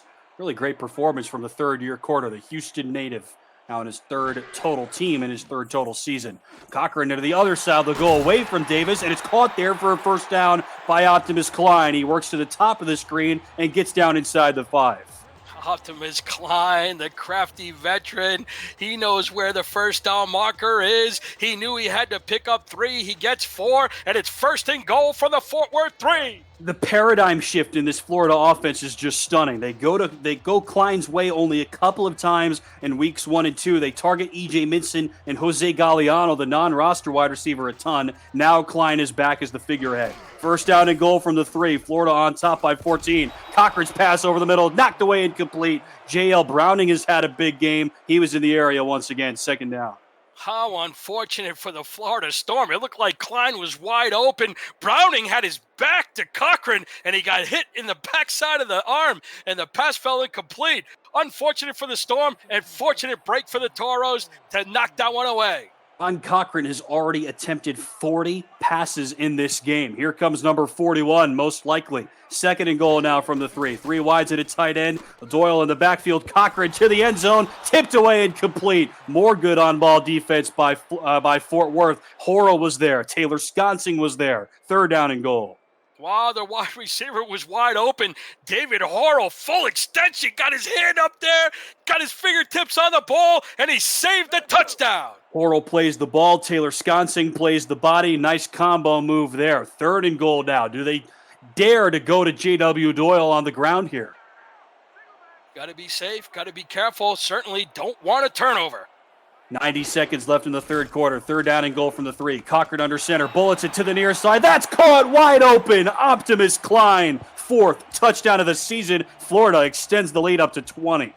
Optimus Klein brings in another TD pass. He brings it in, and he puts the Fort Worth Toros in the hole. He's transformed from a nobody in weeks 1 and 2 back into the living legend that he is. The 8th-year man from Lawrence, New York, one of the best wide receivers in SFL history, is into the end zone once again. I mean, get this, Mike. Top 15 in total touchdowns. He's now got 59 in his career. He's 5th all-time in receiving yards, just shy of 9,500. Ethan Snead on for another PAT. He's been a busy man. Pulled down from Mike Hatton. The kick from Snead is up and good. 24 unanswered points from the Storm, and they lead it by 21. 90 seconds left in the third. Optimus Klein, he's capitalized over the last 4 games. He's now got 4 touchdowns. He's unofficially 59 yards through the air, just a couple of yards away from cracking the 9,500-yard plateau in his career. 5th all-time in yards, 13th all-time in touchdown catches. Can Fort Worth weather the storm here so far? Again, they put up 51 last week against the mighty Sioux Falls defense. Just 3 so far here today. Another solid return from Cam Curtis, who has been okay at kick returns so far this year. Really kind of middle of the pack in both kick and punt returns. A busy week 6 in the SFL, Mike and Proto. So much to talk about. We already mentioned Rich Pratcher. The headline news: passed away last week. Our condolences, to his family. How about Matt Wilson, the Hall of Famer? Only 2 incompletions in Mexico City's win against Vancouver this week. That is an impressive feat for one of the best in league history. His Gold will swing it over to the near side, and that is caught for a gain of 3. Looking at some of the other headlines, after this game, Mike, at least 9 teams will be 3-3 heading into week 7. Halfway through the season, just a glut of teams in the middle of the league standings. Yeah, that's why this league is the best in the world in esports. Everybody's so competitive. Everybody wants that extra edge, and everybody, for the most part, is at 3-3. Couple of the top teams in the league go down yesterday. Chicago falling to Carolina, but Baltimore winning and Denver winning. That is just 2 impressive teams right there. That is caught on the far sideline by Hacker, but he's going to be 3 yards short. 3rd and 3 from the 33. Fort Worth looking for their first win on the road. But back to Optimus Klein, Tim. What a touchdown that was. Can you believe it? In his last 4 games, he's had 10 or more receptions. He had 10 receptions at Vancouver, 10 at Houston, 10 at Lone Star, and now 10 here at home against Fort Worth. Optimus Klein, he's been on fire. Here's another man who's been on fire, Jason Williams, but the Storm have brought the sand buckets. They wrench Williams down for a loss of 1. Raymond Jones, the former Wildcat, with another TFL. Raymond Jones, I love him to death. He comes up, he makes a big play, and they've really surrounded Jason Williams in the eye of this hurricane.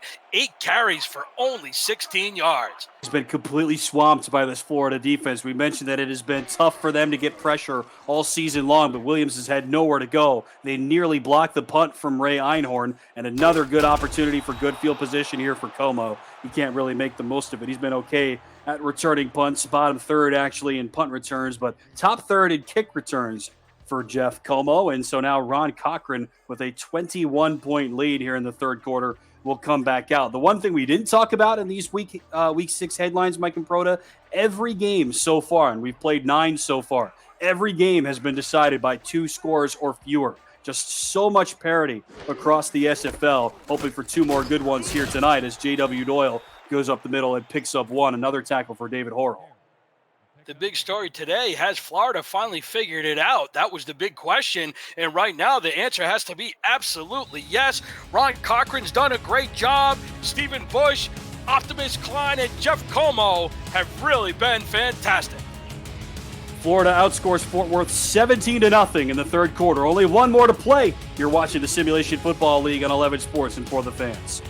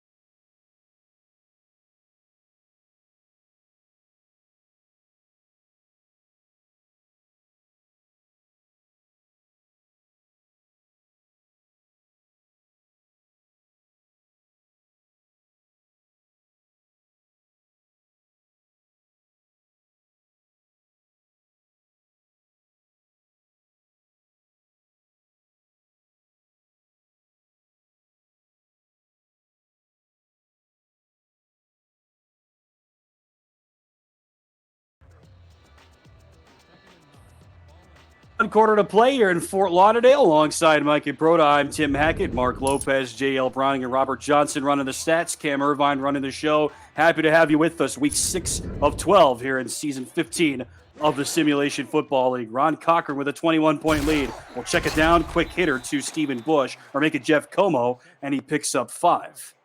Nice safe pass by Ron Cochran. Gets a little bit more yardage. It's 3rd and 4. And right now here to start the fourth quarter, Florida just wants that time to tick away. 1 more game still to come here on 11 Sports and For the Fans. Don't go anywhere. A really intriguing matchup to round out Week 6. Jacksonville at Charleston coming up at 9/8 Central with Michael Trujillo and Ramos Lynn. Cochran to the near side. That's caught for a first down by Optimus Klein. Another catch safely over double digits now on a first down. Optimus Klein hauls in his 12th reception of the game, and for me, he's been the offensive player of the day. No question about it. He's been great. A nice safety blanket for Ron Cochran, he's been a big play guy at times in his career. He's been a possession receiver at times in his career. Definitely the latter here today. Unofficially 11 catches now for 64 yards. Cochran now unofficially exactly at 200 passing yards. First down from the Florida 43-yard line. Storm looking to salt this one away. 2 receivers open to the near side, and Jeff Como says, I'll take that one, pick up a 4. They've run the same play to 3 different receivers to the same side of the field, and it's worked every time. Just keep going to it, keep moving the ball, and they make another 4-yard gain. On Cochran, 4.5 yards per attempt. He's thrown the ball 45 times for 210 yards. This is kind of unusual for Cochran. For a guy who throws a lot of passes, he usually gets big yards out of those passes. Not tonight. Here goes Doyle. Lowers the shoulder. First down for Doyle. Nice stop at the end of the run. Doyle still able to move the chains. This is when Florida looks superb. This is how they move their offense. This is how they tire out the defense. They dink and dunk on the outside with a little pass from Cochran, and then they hit you with the bulldozer. J.W. Doyle up the middle, and he picks up a Florida first down. Another tackle for Browning. I call this Fort Worth linebacker trio the Book Club or the Author Club. Just all the initials in the name. They sound like just the classic fantasy-style authors. 1st and 10 from across midfield. Another tackle by the Book Club. E.K. Vincent and David Horrell combined for a pickup of 5 for Klein. Another pass, another reception for Optimus Klein. They pick up 5. Look ahead at the upcoming schedule for Florida. They're on track to level their record at 3-3. They go at Las Vegas, home to Tulsa, and then at Portland, the other expansion team, which picked up its first win in franchise history this week. 3 straight teams on the docket with losing records for Mighty Max Paul and company. Cochran bombs it down the left seam, tipped it incomplete, and now it's intercepted right into the hands of the defense. 3rd interception today by Cochran. That was easy. Right into the hands of Delaney Nash, the rookie with his 2nd career pick. That's exactly what the Fort Worth Toros need. They needed a big-time turnover. Delaney Nash picks it off, and this might be the spark to get the Toros back into this game. That's exactly what they needed. You're right, Mike. They needed something to happen. Delaney Nash steps up and says, look at me. I can make it happen. 2nd pick for the rookie from Amarillo right when it was needed. There's a look at Jason Williams. 27 official rushing yards, less than 75 total yards for him today for a guy that averages better than 150 total yards of offense through 5 weeks. Xander Gold needs to make something happen. Nice link up here, caught by Robert Garrett Jr. for a pickup of 9. The Cowboy, they got to get him involved. He's their number 1 receiver with Stephen Hacker. They got to do it quick. 7 combined interceptions now between these two teams. It was billed as a toss-up. Florida has had the edge after a 17-0 advantage in the 3rd quarter. 24 unanswered points by the team from Fort Lauderdale. Can Xander Gold respond? They'll give to Jason Williams. Can he get going? Nice pickup. Breaks through a first, and then he's decked. Tripped up by Ryan Tobin. Nice hit. Yeah, great hit. Williams paid for that, but he picks up the 1st down. And Tim, correct me if I'm wrong, but that was his best run of the day. Yeah, I think you're right. Pretty much. If nothing else, he picked up 11 earlier on in this game, and that was a nice pickup for him there out to the Fort Worth 47-yard line. It's been a quiet day for Robert Garrett Jr., just 3 catches for 51 yards. 40 of those came on that 1 catch back in the 1st quarter as Gold links up with Stephen Hacker on the far sideline. Hacker, another guy that plays on both sidelines whenever the play is required. And here's a look at the upcoming schedule for Fort Worth. There's a chance that they play 3 straight teams that are 3-3. Fort Worth trying to get to that mark as well at St. Louis against Lone Star and at Charleston. 3 more possible toss-ups on the road for the Toros in their debut season. That's why today's game is so big for Florida. They go on their next 3 for a combined 5-13 against those teams, Tim. They got to win today. Another sack for this Florida Storm defense. A solo stop for Raymond Jones. And the Florida defense has really come alive today. And the front 4, as we mentioned, they've woken up. They've responded. This has really been the story of the game so far, Mike. Remember, only 2 sacks total for Florida coming into today. They've got 2 sacks now as a team and 6 TFLs. Gold bombs it down the left seam. Intercepted again. A full handful of turnovers for Xander Gold today. This one's taken away by Evan Carroll, the Fort Lauderdale native, with his 2nd pick of the season. Evan Carroll knows that Fort Worth needs to throw. They need to take chances to get back into this game, and he's up for the challenge, and he picks off Xander Gold. That's 5 interceptions on the day for the Midas King. Unbelievable. 7 minutes to go. This is the SFL and 11 Sports and For the Fans.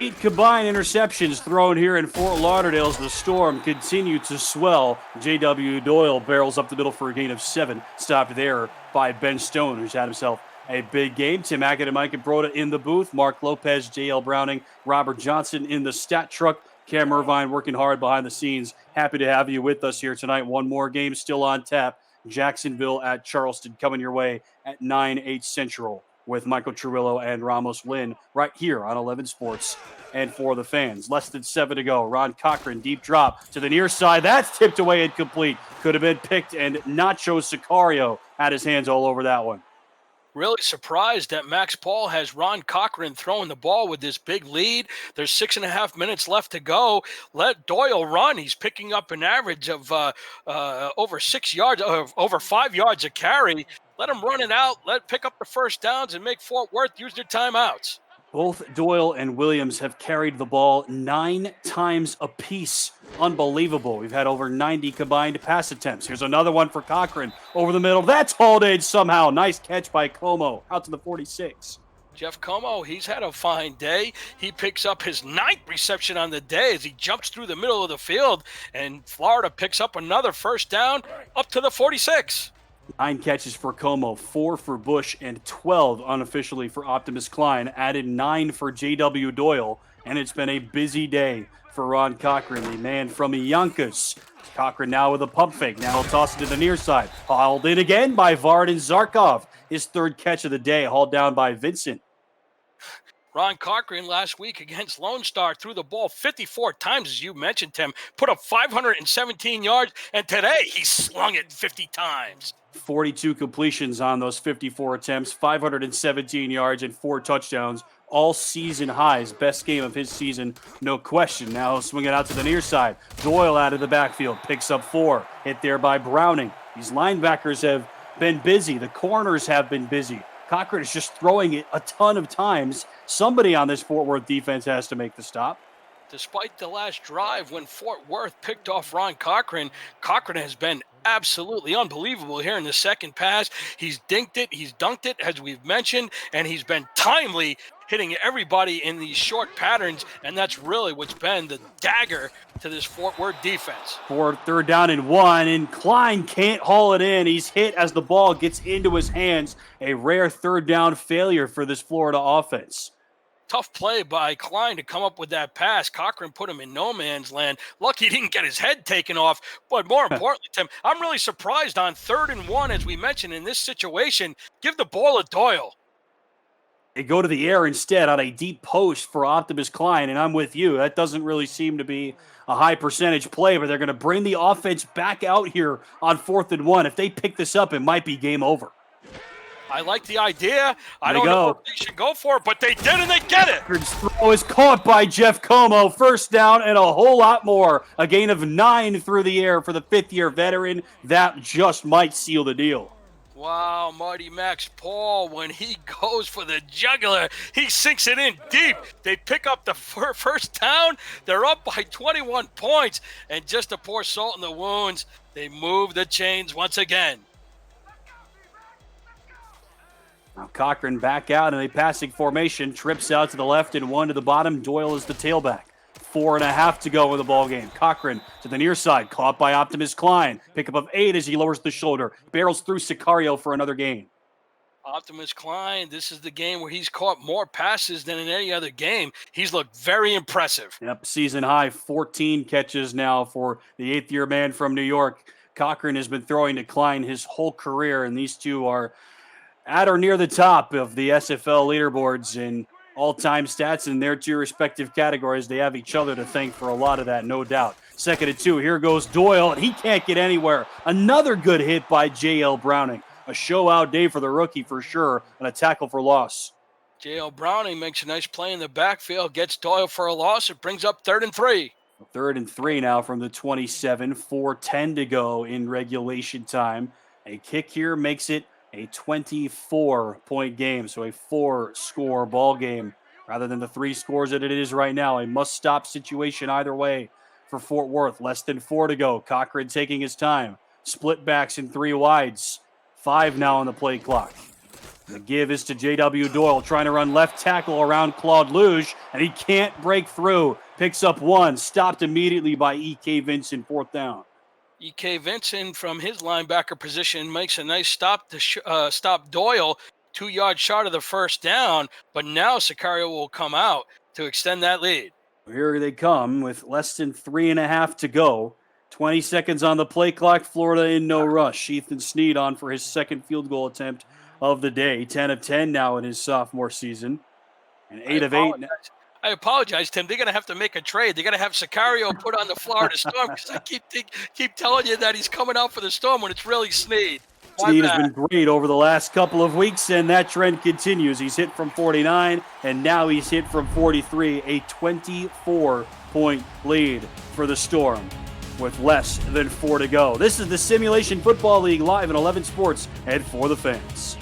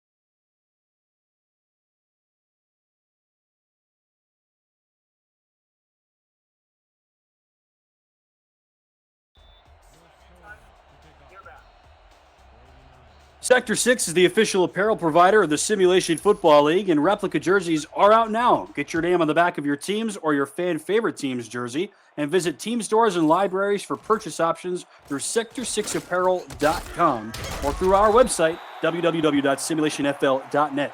Just hit the shop button. It is now or never for Fort Worth, trailing by 24 on the road. Florida, Mike, looks primed to pick up his third win in a row and move to 3-3 on the season. And you got to look at their upcoming schedule a little bit earlier. It looks really favorable for the three-time league champs.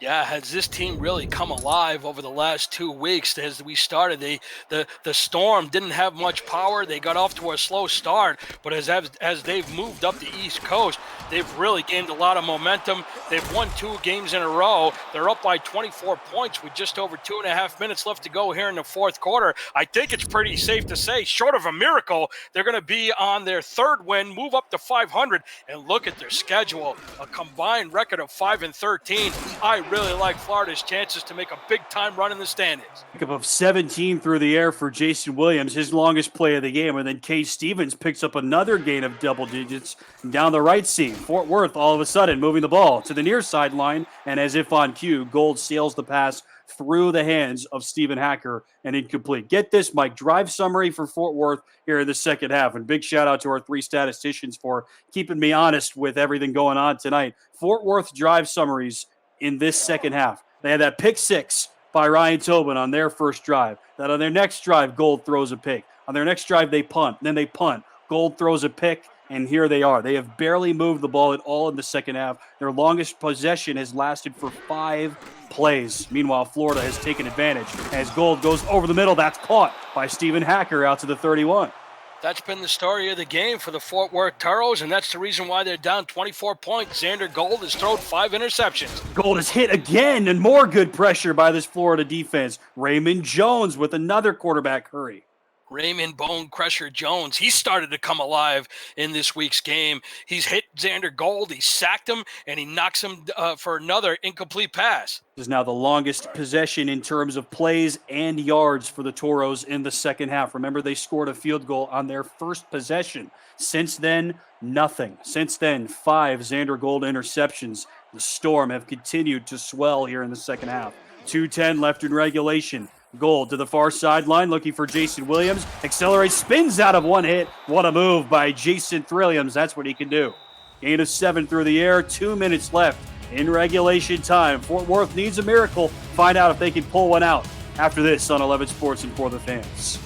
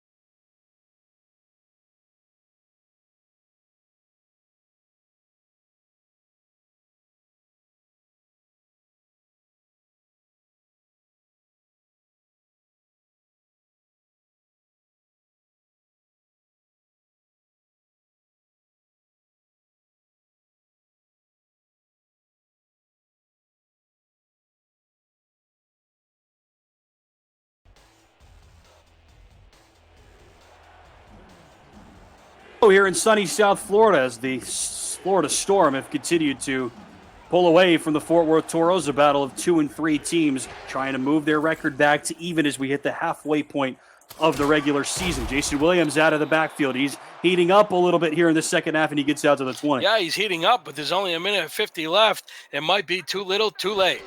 Gold in the shotgun. 3 receivers to the left, over the middle. Caught. Robert Garrett Jr. lowers the shoulder and picks up 14. There's the Cowboy. He's got the Fort Worth Toros first and goal from the 5. He had gotten his spurs stuck in the saddle to this point of the game. First down and goal from the 5. Goal to the far sideline. Williams going the wrong way, and fortunately for him, he gets out of bounds. That's really about the best case scenario for a play like that, a loss of 2.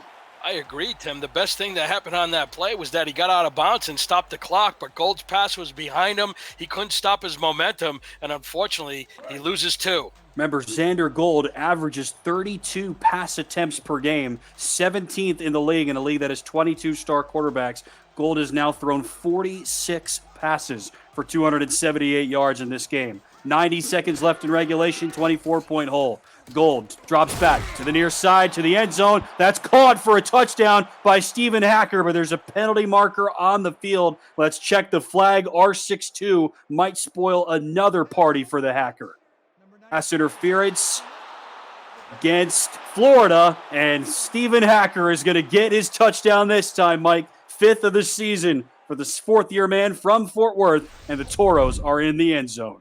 I think Stephen Hacker was a little nervous that R62 might have got him for pass interference, but he hauls in the TD pass, and that's a great play by Hacker to hang on. Jason Julien, the backup outside linebacker, was the one whistled for that infraction. And Stephen Hacker joking the FTF Next chat saying, second touchdown of the day. We're with you on that, I think we can say. And, of course, R62 overturning a touchdown for Stephen Hacker in the second quarter. That really changed the complexion of this game as Taco Sicario hits the PAT. That's the key moment, if you ask me, Mike. Hacker thought he had a touchdown. Fort Worth thought they had taken the lead. The next play, Gold throws an interception in the end zone. Florida marches down the field. They don't look back.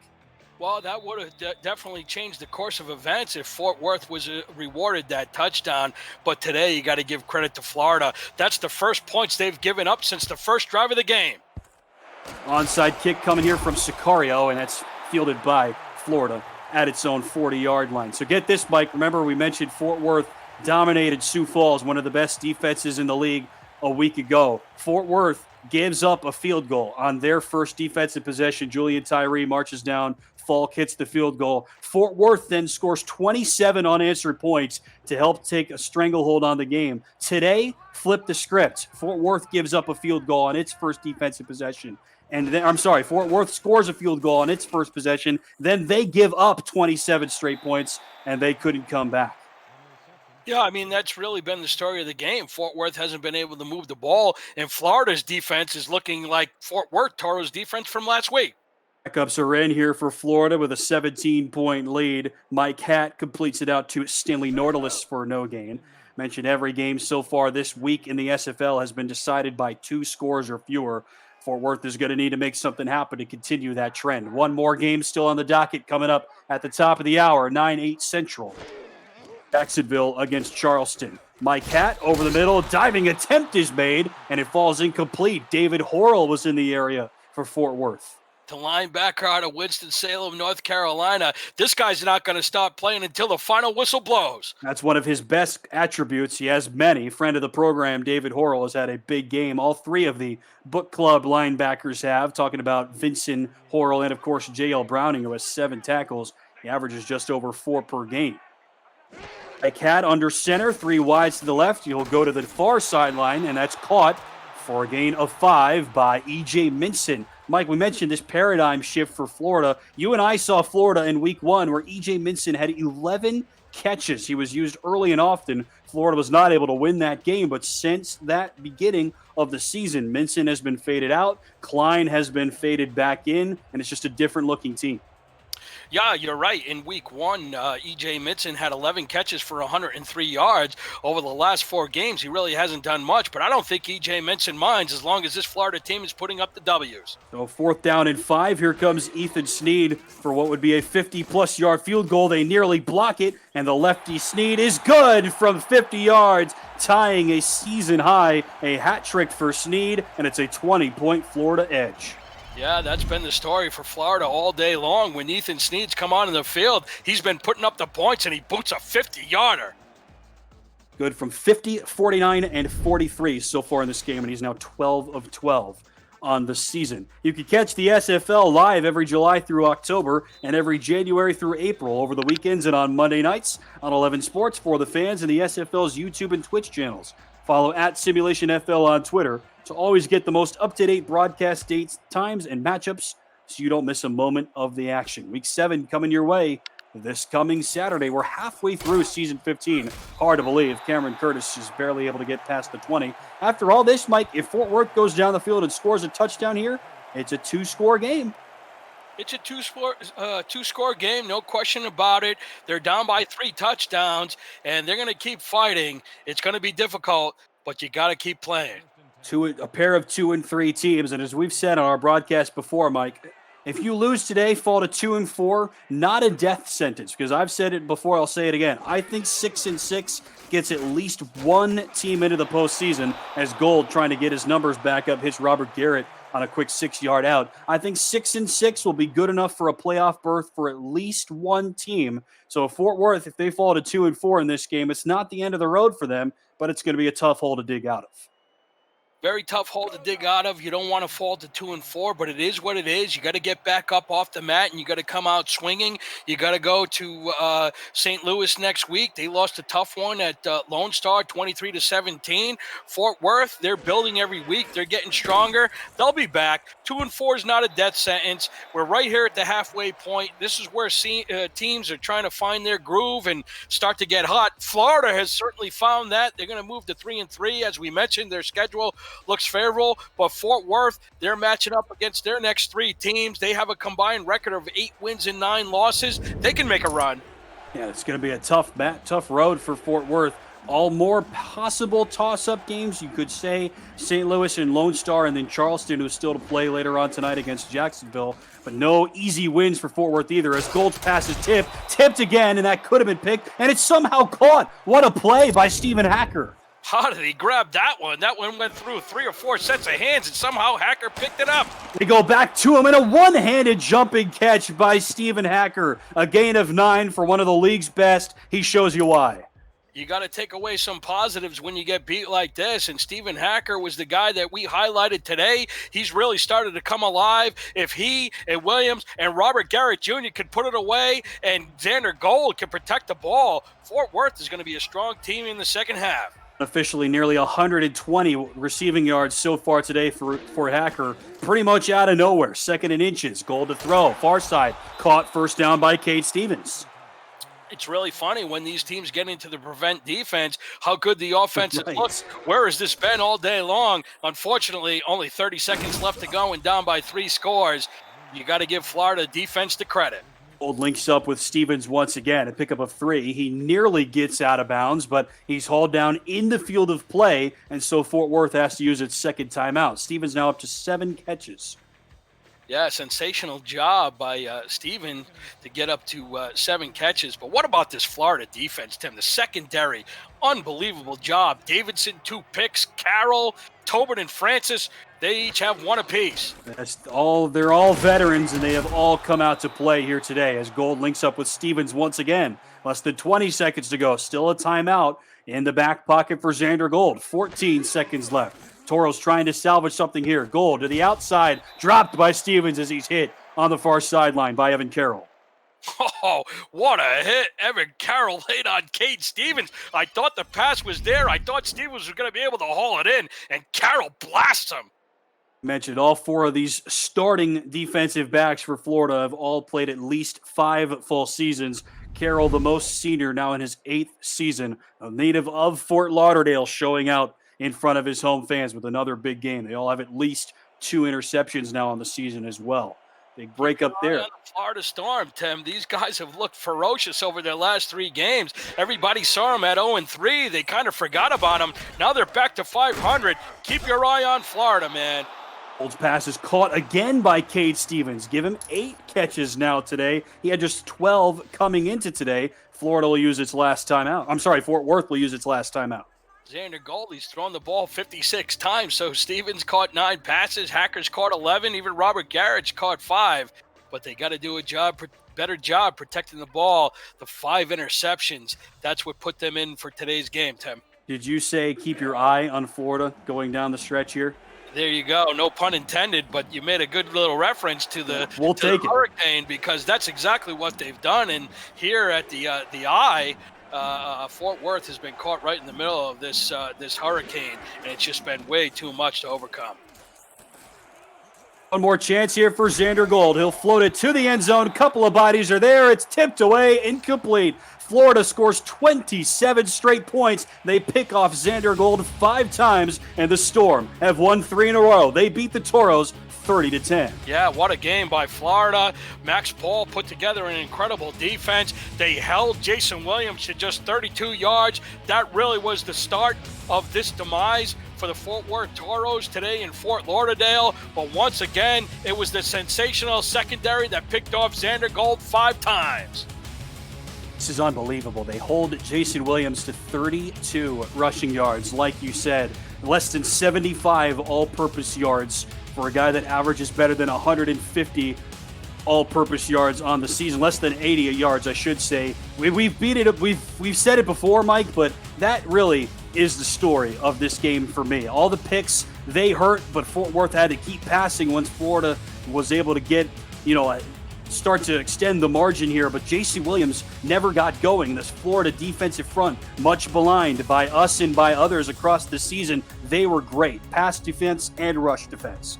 Yeah, and that really was the story of the game. Could they keep Williams down? And that was the answer that they gave us. Yes, we absolutely could. Dominguez, Tomaello, Raymond Jones had a fantastic game. He had 3 tackles for loss and a sack. He really came up big. The secondary, Ryan Davidson, had 2 interceptions. They were fantastic. They were the reason why Florida won today. Ron Cochran and Gold both threw the ball 57 times. Unbelievable. It was really Ron Cochran. He threw 2 TDs, threw 3 interceptions. The defense bailed him out. But for me, today, the player of the game, without question, 13 catches unofficially for 77 yards, Optimus Klein.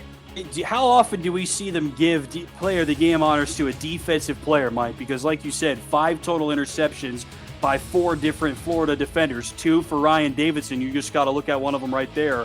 How likely do you think that they give it to one of the defenders? Well, they're certainly very deserving. I don't know if these guys think the same way that we do, but if they give it to a defensive player, I wouldn't be surprised. I wouldn't be unhappy. It's very deserving, but most of the time they give it to the offense. And once again, I think Optimus Klein in the first half, he was very consistent. He hauled in 13 passes. It looks like on the board they had him for 81 yards and a TD. He really made the difference on offense. Every time they needed to move the ball on third down, it looked like Cochran went to him to pick it up. And when they needed that critical touchdown, Optimus Klein was the recipient. And they'll give it to Ron Cochran, surprisingly enough. Mike, 2 touchdowns, the 3 picks, an up-and-down performance from the wily veteran. But like you said, this time his defense bails him out, and he's the game's MVP. Yeah, Ron Cochran, not a bad job. I would have given it to Klein, but Cochran comes away with it, and they don't really care who the player of the game is. Just as long as they put up another victory, they move to 3-3, and they're well on their way. Florida wins its 3rd straight. Mike and Broder, your final thoughts. To all the fans watching from coast to coast and around the world, thank you for allowing the SFL into your living rooms. Now allow the SFL into your dreams. Thanks for joining us tonight, wherever you've been joining us from. For Cam Irvine, Robert Johnson, Mark Lopez, JL Browning, and Mike and Broder, I've been Tim Hackett. We'll see you next time. Until then, so long.